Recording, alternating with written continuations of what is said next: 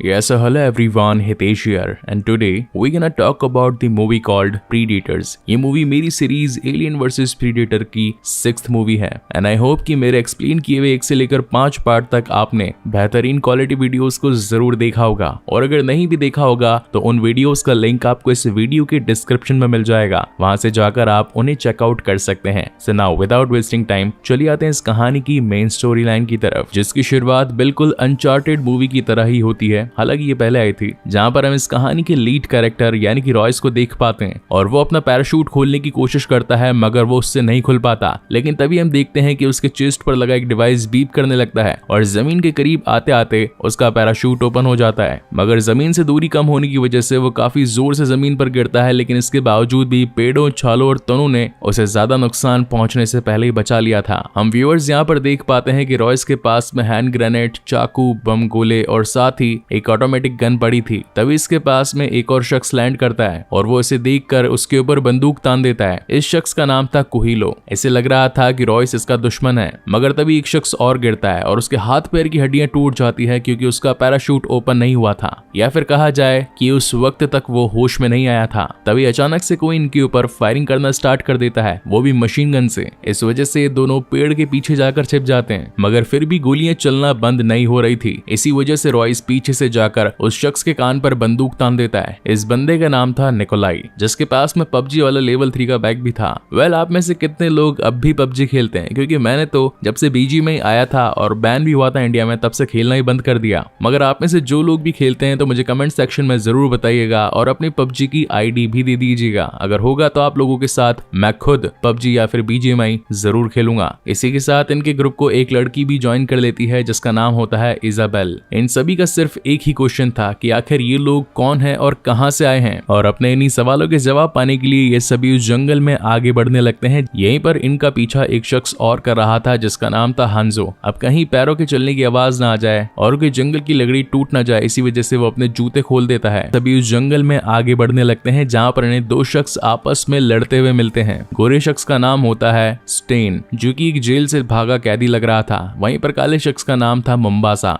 वो भी कोई स्मगलिंग गिरोह का शख्स ही लग रहा था। और इसी तरीके से आगे बढ़ते हुए इन्हें एक और शख्स मिलता है जिसका पैराशूट इस वक्त पेड़ में अटक चुका था। तभी रॉयस उसकी रस्सी पर शूट करता है और वो शख्स जमीन पर आ गिरता है। इस बंदे का नाम होता है एडविन, और इसे हम कैसे भूल सकते हैं, स्पाइडरमैन 3 में फर्स्ट वेनम यही तो बना था। वही इंटरस्टेलर मूवी में जिस बंदे को ग्रह पर अकेला छोड़कर भागने वाला था वो भी यही था। सारे खराब काम यही करता है। इस मूवी में भी ये जरूर कुछ तो कांड करेगा। आगे बढ़ने पर ये सभी लोग इंसानों की हड्डियों का ढेर देख पाते हैं। ऐसा लग रहा हो मानो कि किसी ने उन्हें खा खा कर हड्डियां यहाँ फेंक दी हो। वेल, अब इनके ग्रुप को हांजो भी ज्वाइन कर लेता है, जिसके बाद इन सभी के बीच में बातचीत होना शुरू होती है। हर कोई अपने अपने हिसाब से अपने तुक्के लगाने लगता है। कोई कहता है कि हो सकता है कि हम किसी गवर्नमेंट मिशन में हो, तो कोई कहता है कि जरूर हमें किसी रेस्क्यू मिशन के लिए लाया गया है, और कोई तो कहता है कि शायद ये कोई रियलिटी शो है जिसके अंदर हम पर चारों तरफ से कैमरास लगे होंगे और लोग हमें बैठकर टीवी पर एंजॉय कर रहे होंगे। मगर रॉयस कहता है कि इससे कोई फर्क नहीं पड़ता कि आखिर हम लोग यहाँ पर क्यों आए हैं। बस इंपॉर्टेंट बात तो यह है कि हमें जितना जल्दी हो सके यहाँ से निकलना है। और अब इतनी दमदार लाइन मार देने के बाद तो हर कोई उसे अपना लीडर बना लेता है और रॉयस भी उन सभी को एक टीम की तरह लीड करने लगता है। वहीं रास्ते में आगे जाते वक्त इन्हें एक अजीब सा पौधा दिखता है जिसके नुकीले से कांटे थे। निकोलाई इसे देखने लगता है, तभी एडविन आकर कहता है कि ये काफी काम का पौधा है और ये बहुत ही रेयर जगहों पर मिलता है, इसीलिए वो इस पौधे का सैंपल रख लेता है। चलते चलते इन्हें काफी टाइम हो चुका था, जिसके बाद में ये एक जगह पर आकर रिलैक्स करते हैं जिनमें चट्टाने थी और उन चट्टानों में कहीं कहीं पानी भी भरा हुआ था। रॉयस के अकॉर्डिंग इन्हें चलते चलते 3-4 घंटों से ऊपर हो चुके थे, मगर अभी तक सूरज नहीं ढला। जरूर कुछ तो गड़बड़ है। वहीं बाकियों का भी यही मानना था कि हाँ, सूरज को तो अभी तक ढल जाना चाहिए था, मगर ऐसा अभी तक हुआ नहीं। जिसके बाद और आगे जाने पर इन्हें कुछ बॉक्सेस दिखाई पड़ते हैं जिनके दरवाजे खुले थे और ये भी पैराशूट से ही नीचे लाए गए थे। इन बॉक्सेस का साइज देखकर ये लोग सोचते हैं कि जरूर कुछ तो बड़ा जानवर या फिर कोई एक ऐसा जीव होगा जिसका साइज नॉर्मल इंसानों से तो बड़ा होगा ही। इन सभी की क्यूरियोसिटी और ज्यादा जाग जाती है कि यहाँ पर कुछ तो गड़बड़ चल रही है। वहां से भी ये लोग आगे बढ़ जाते हैं, लेकिन तभी गलती से मोम्बासा का पैर एक ट्रैप पर पड़ जाता है और बड़ी बड़ी लकड़ियां इनके ऊपर आकर गिरने लगती है। यहाँ तक कि पेड़ों के टुकड़े भी आपस में इनकी जान लेने पर उतारू थे। तभी ये देख पाते हैं कि वहां पर एक सोल्जर बड़ी ही खराब और सड़ी हुई हालत में पड़ा था। ऐसा लग रहा था कि मानो उसे किसी ने शूट कर दिया। रॉयस यहाँ पर बताता है कि ऐसे फंदे तो इंसान अपनी कमांडो ट्रेनिंग में बना बनाते थे, मगर इन सब का साइज एक आम इंसान को पकड़ने से ज्यादा बड़ा था।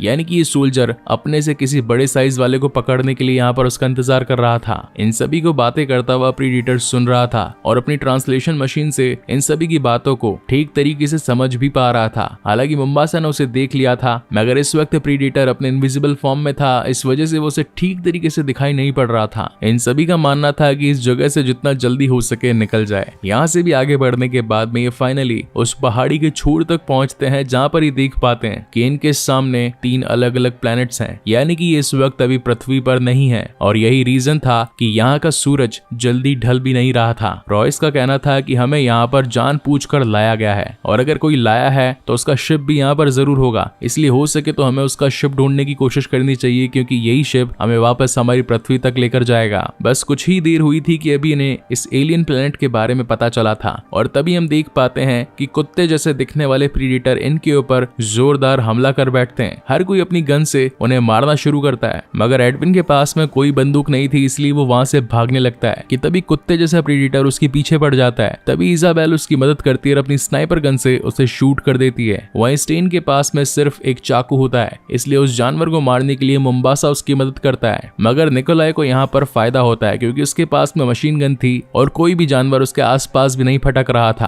और जब रॉस पर हमला होता है तो वो अपने एक बड़े से चाकू से उस कुत्ते का सर काट देता है। इसी के साथ अब बारी थी इजाबेला की और वो जानवर उस पर बस हमला करने ही वाला था, लेकिन इसी बीच उसकी गन लॉक हो जाती है और अब वो कहीं एक बुरी मौत ना मर जाए, इसलिए वो अपनी जेब से एक पिस्टल निकालकर खुद ही के सर पर तान लेती है। अब वो जानवर उसे मारे उससे पहले उसे एक विसल सुनाई पड़ती है और वो वहां से भाग जाता है। ये देखकर रॉयस समझ जाता है कि यहाँ पर हम सभी का शिकार हो रहा है और हम सभी अपनी अपनी कैटेगरी में माहिर लोग हैं। कोई अच्छा स्नाइपर तो कोई अच्छा चोर, कोई अच्छा माफिया तो कोई अच्छा सोल्जर है। इन जानवरों को किसी ने हमारे पीछे जानबूझकर भेजा था ताकि हम सभी अपना झुंड छोड़कर अलग अलग हो जाएं। इसी बीच वो ये देख पाते हैं कि उनकी टीम से कोहिलो गायब है और तभी थोड़ी देर में कोहिलो की चिल्लाने की आवाज आती है। ये सभी उसके करीब तक पहुंचने लगते हैं जहाँ पर एक छोटा मैदान था, मगर रॉयस को ये सब कुछ एक ट्रैप लगता है, इसलिए वो पहले एक पत्थर को फेंक कर देखता है। तभी कुछ ब्लेड्स उस पत्थर को चकनाचूर कर देते हैं, जहाँ पर रॉयस कहता है कि हमें इसे यहीं छोड़ना पड़ेगा क्योंकि आगे उन शिकारियों ने ट्रैप्स लगा रखे हैं। इजाबेल का कहना था कि हम किसी भी शख्स को ऐसे मरते हुए नहीं छोड़ सकते, हमें उसकी मदद करनी होगी, मगर कोई भी इजाबेल का साथ नहीं देना चाहता था। तो फाइनली वो कोहिलो को दर्द से आजाद करने के लिए उसे शूट कर देती है, लेकिन यहाँ पर हम देख पाते हैं कि कोहिलो मरने के बावजूद भी मदद की गुहार ही लगा रहा था, यानी कि वो किसी खास चीज से इन्फेक्टेड था। यहाँ आगे बढ़ने पर रॉयस देख पाता है कि कीचड़ में उन जानवरों के चलने के निशान हैं, यानी कि ये कुत्ते जिस मालिक के होंगे वो उसके पास जरूर गए होंगे और मालिक तो वहीं पर होगा जहाँ पर उसका शिप होगा। तो क्यों ना इन निशानों का पीछा करके सीधा वहीं पर जाया जाए। और अब इन निशानों का पीछा करने के बाद ये लोग एक कैंप में पहुंचते हैं जहाँ पर काफी सारी लाशें उल्टी टंगी थी और उनके शरीर से चमड़ी नोच दी गई थी। मैंने आपको पहले के प्रीडेटर के पार्ट्स में भी कई बार बताया है कि ये इनकी फ्रेंचाइजी का एक सिग्नेचर है। हर मूवी में लाशों को लटकाना और फिर उन लाशों से उनकी चमड़ी खींच देना बिल्कुल नेसेसरी है, क्योंकि यही इनकी पहचान है। बेसिकली कैंप एक तरीके से इन प्रीडेटर्स का एक टेंपल था जहाँ पर ये बलि दिया करते थे। वहीं पर रॉयस को एक प्रीडेटर एक बड़े से पिलर से बंधा मिलता है। निकोलाई उस प्रीडेटर को देखने के लिए जाता है और तभी वो जाग जाता है, इसलिए वो जोर की चिल्लाहट मारता है, मगर इतने में ही कोई मुम्बासा के पीठ में भाला घुसा देता है। वहीं रॉयस को ये पता चल जाता है कि यहाँ पर एक से ज्यादा प्रीडेटर हैं और अब तो हर कोई इस हादसे के बाद अंधाधुंध गोलियां चला रहा था। अब क्योंकि निकोलाई के पास में मशीन गन थी तो सबसे पहले तो प्रीडेटर उसे अपनी शोल्डर कैनन से तबाह कर देते हैं, क्योंकि वो मशीन ज्यादा केओस मचा रही थी। रॉयस को हल्के हल्के वो प्रीडेटर्स दिख तो रहे थे, मगर उनकी स्पीड इतनी तेज थी कि उसका निशाना ठीक तरीके से नहीं लग पा रहा था। यहाँ पर प्रीडेटर का हमला इनके ऊपर भारी पड़ रहा था कि तभी रॉयस इन्हें कहता है कि जितना जल्दी हो सके यहाँ से भागो। ये जगह एक पहाड़ी पर थी और तभी ये लोग सरकते सरकते उस पहाड़ी से नीचे एक झरने की ओर गिर पड़ते हैं। हर कोई इस वक्त पानी में था। तभी इनके ऊपर से उन प्रीडेटर्स का एक ड्रोन निकलता है जो कि अपने कैमरा में इन सभी को कैप्चर कर लेता है और इसके बाद उन प्रीडेटर्स की एक्चुअल लोकेशन पर पहुंचता है, जहां पर हम व्यूअर्स को पता चलता है कि यहाँ पर असल में 2 प्रीडेटर्स नहीं बल्कि टोटल 4 मौजूद हैं और उनके साथ में उनके कुत्ते जैसे जानवर भी थे। यहाँ पर ये सभी कुछ देर रुक कर आराम करने के बारे में सोचते हैं, क्योंकि इतनी देर से चलते चलते हर किसी के शरीर में जान खत्म हो चुकी थी। मगर तभी वहाँ पर इन्हें किसी के होने की आहट होती है, तो रॉयस एडविन को कहता है कि तुम्हारे पास में कोई गन नहीं है, इसलिए तुम जाओ, हम सभी तुम्हें बैकफायर देंगे, क्योंकि इस बार तो रॉयस उस प्रीडेटर को मारना ही नहीं चाहता था। देखते ही देखते एडविन खुले मैदान में भागने लगता है और तभी उसका पीछा कोई तो करता है। इजाबेल अपनी स्नाइपर से उसे शूट करने वाली ही थी, मगर उससे पहले ही उस जानवर को कोई और शूट कर देता है। जब ये सभी लोग उस बॉडी के पास पहुंचते हैं तो इन्हें प्रीडेटर की पोशाक में एक और शख्स दिखाई पड़ता है, जिसके पास में इनविजिबल होने वाली टेक्नोलॉजी थी, जो कि अपना मास्क उतारने के बाद में अपना नाम नॉलैंड बताता है और कहता है कि मैं यहाँ पर पिछले 3 सालों से फंसा हूँ और यहाँ से बाहर जाने का रास्ता ढूंढ रहा हूँ। जिसके बाद वो इन सभी को अपने एक हाइड आउट प्लेस पर लेकर जाता है। बेसिकली ये एक ड्रिलिंग मशीन थी उन प्रीडेटर्स की। जिस तरीके से हम इंसान चट्टानों में छेद करके उनसे उनके खनिज, हीरे, लोहा निकालते थे, उसी तरीके से ये मशीन भी यहाँ पर यही काम करती थी। मगर ये मशीन सालों से बंद पड़ी थी और इसी मशीन के छिपे कोनों में नॉलैंड रहा करता था और इसी वजह से इतने सालों से उन प्रीडेटर से बचता आया था। नॉलैंड यहाँ पर इन सबको ये भी बताता है कि आज तक उसने इन 3 सालों में 2 प्रीडेटर्स को मार गिराया है और अभी जो उसके पास में एडवांस टेक्नोलॉजी पड़ी है ये उसने उन्हीं दोनों से चुराई थी। ये बात सुनकर रॉयस नॉलैंड से उन प्रीडेटर्स को मारने का तरीका पूछता है तो नॉलैंड बताता है कि इनके अंदर 2 अलग अलग प्रजातियां हैं। अगर साफ शब्दों में कहा जाए तो एक को हम कुत्ता मान सकते हैं और एक को भेड़िया, यानी कि एक है नॉर्मल प्रीडेटर, वहीं पर एक है सुपर प्रीडेटर। नॉर्मल प्रीडेटर्स का काम होता है सुपर प्रीडेटर्स के लिए शिकार ढूंढ कर लाना और इसी वजह से इन्हें ट्रैकर्स भी कहा जाता है। और जो प्रीडेटर इन्हें पहाड़ी के ऊपर बंधा मिला था उससे जरूर कोई ना कोई गड़बड़ हो गई होगी, इसी वजह से उन सुपर प्रीडेटर्स ने उसे सजा देने के लिए उस पिलर से बांध दिया। जिसके बाद नॉलैंड कहता है कि आप लोग काफी थक चुके होंगे, मैंने आप लोगों के लिए कुछ खाना पानी बनाकर रखा है, उसे लेकर साइड में सो जाना। वहीं रात को रॉयस इजाबेल से बात करता है और कहता है कि अगर हमें यहाँ से निकलना है तो हमें उस छोटे वाले की मदद लगेगी, क्योंकि दुश्मन का दुश्मन दोस्त होता है, वो यहाँ से बाहर निकलने में हमारी मदद जरूर करेगा। मगर इजाबेल को ये प्लान कुछ ज्यादा खासा पसंद नहीं आता। तभी हम देखते हैं कि वहां पर धुआं आना स्टार्ट हो जाता है। बेसिकली वो बेहोश कर देने वाला धुआं था और ये धुआं और किसी ने नहीं बल्कि नॉलैंड ने ही छोड़ा था, ताकि वो इन सभी लोगों के गन्स, बारूद, बम, गोले और बाकी के इक्विपमेंट्स ले ले। और यही एक्चुअल रीजन था कि 3 सालों तक वो उन प्रीडेटर से सर्वाइव कर पाया था। अब वहां से बाहर निकलने के चक्कर में रॉयस अपनी लॉन्चर गन से वहां की दीवार पर एक जोरदार धमाका कर देता है। ये धमाका दूर खड़ा प्रीडेटर भी देख लेता है। इसी वजह से वो इस शिप में आकर इन सभी को ढूंढने लगता है। प्रीडेटर्स के पास में पावर थी थर्मल विजन की, यानी कि वो देख सकते थे किसी के भी शरीर की गर्मी, और उन लोहे की दीवारों के बाहर सिर्फ नॉलैंड ही खड़ा था। इसीलिए प्रीडेटर का सबसे पहला शिकार नॉलैंड ही बनता है। कहता है ना कि जिसके लिए खड्डा खोदते हैं इंसान सबसे पहले उसमें खुद ही गिरता है। वेल, कौन कौन इस बात से एग्री करता है मुझे कमेंट सेक्शन में जरूर बताइएगा। ये सभी वहां से प्रीडेटर के जाने का इंतजार करते हैं और काफी देर निकल जाने के बाद में ये सभी वहां से बाहर निकलने का सोचते हैं। ये बड़ी सी ड्रिलिंग मशीन एक भूल भुलैया से कम नहीं थी। वहां पर काफी सारे रास्ते थे और इसी बीच एडविन कहीं पीछे छूट जाता है और जोर जोर से चिल्लाकर मदद मांगने लगता है। और यही उसकी सबसे बड़ी गलती थी, क्योंकि प्रीडेटर ने उसकी आवाज सुन ली थी। अब यहाँ पर बाकी सारे लोग तो उस ड्रिलिंग मशीन के लास्ट पॉइंट से निकलकर बाहर आ जाते हैं, मगर निकोलाई और एडविन वहीं पर थे। जिसके बाद में निकोलाई उससे कहता है कि तुम यहाँ से निकल जाओ, इससे मैं देख लूंगा। और जब तक प्रीडेटर उसके पास आता तब तक निकोलाई ने अपनी बॉडी पर बंधे सारे ग्रेनेड्स खोल दिए थे, जिसकी वजह से वहां पर एक जोरदार धमाका होता है, जिसके अंदर निकोलाई तो मरता ही है और साथ ही उनमें से एक प्रीडेटर भी खत्म हो जाता है।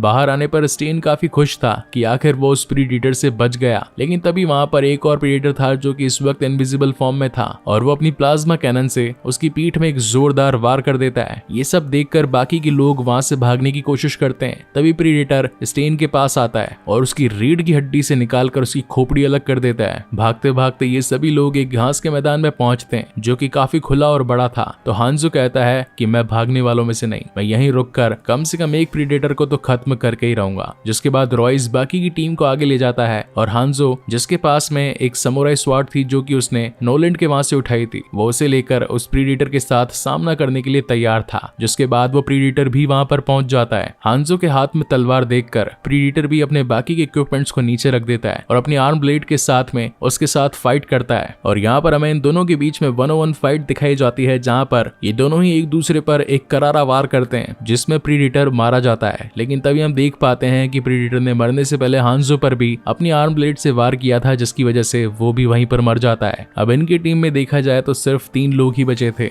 रॉयस, इजाबेल और साथ ही एडविन। लेकिन भागते भागते एडविन का पैर एक ट्रैप में फंस जाता है। तो रॉयस इजाबेल को कहता है कि जितना जल्दी हो सके यहाँ से इसे छोड़कर भागो, क्योंकि ये हमारी स्पीड को कम कर देगा और वो प्रीडेटर आकर हमें भी मार देगा। मगर इजाबेल कहती है कि मुझे तो इसे बचाना ही होगा। जिसके बाद रॉयस उन्हें छोड़कर वहां से भाग जाता है और सीधा पहुंचता है उनके बलि चढ़ाने वाले टेंपल में, जहां पर वो उस ट्रैकर से बात करता है और कहता है कि अगर मैं तुम्हें छुड़ा दूं तो क्या तुम मुझे मेरे प्लेनेट तक पहुंचने में हेल्प करोगे, जिसमें वो ट्रैकर हाँ का जवाब देता है और रॉयस उसके हाथ खोल देता है। अब क्योंकि रॉयस ने उसकी मदद करी थी तो ट्रैकर भी अपने हाथ पर लगे डिवाइस की मदद से अपने स्पेसशिप को ऑन कर देता है और उसके अंदर अर्थ की लोकेशन सेट कर देता है और देखते ही देखते उनका स्पेसशिप स्टार्ट हो जाता है। वहीं दूसरी ओर हम ये देख पाते हैं कि इजाबेल और एडविन प्रीडेटर के एक ट्रैप में फंस चुके होते हैं और सुपर प्रीडेटर रॉयस के पीछे पड़ चुका होता है। जिसके बाद आता है इस मूवी का एक one of the best scene जहां पर ट्रैकर और सुपर प्रीडेटर आपस में लड़ पड़ते हैं। लेकिन अब क्योंकि सुपर प्रीडेटर के पास में एडवांटेजेस थे, क्योंकि उसके पास में उसकी शोल्डर कैनन, उसकी शूरिकेन्स प्लस नेट गन थी, तो इसी वजह से वो इस लड़ाई में जीत जाता है और ट्रैकर का गला काट देता है। वहीं पर जो स्पेसशिप ऑन हुआ था वो अपने सेल्फ डिस्ट्रैक्ट डिवाइस से उसे भी खत्म कर देता है। मगर अच्छी बात ये थी कि उस वक्त उसमें रॉयस नहीं बैठा था,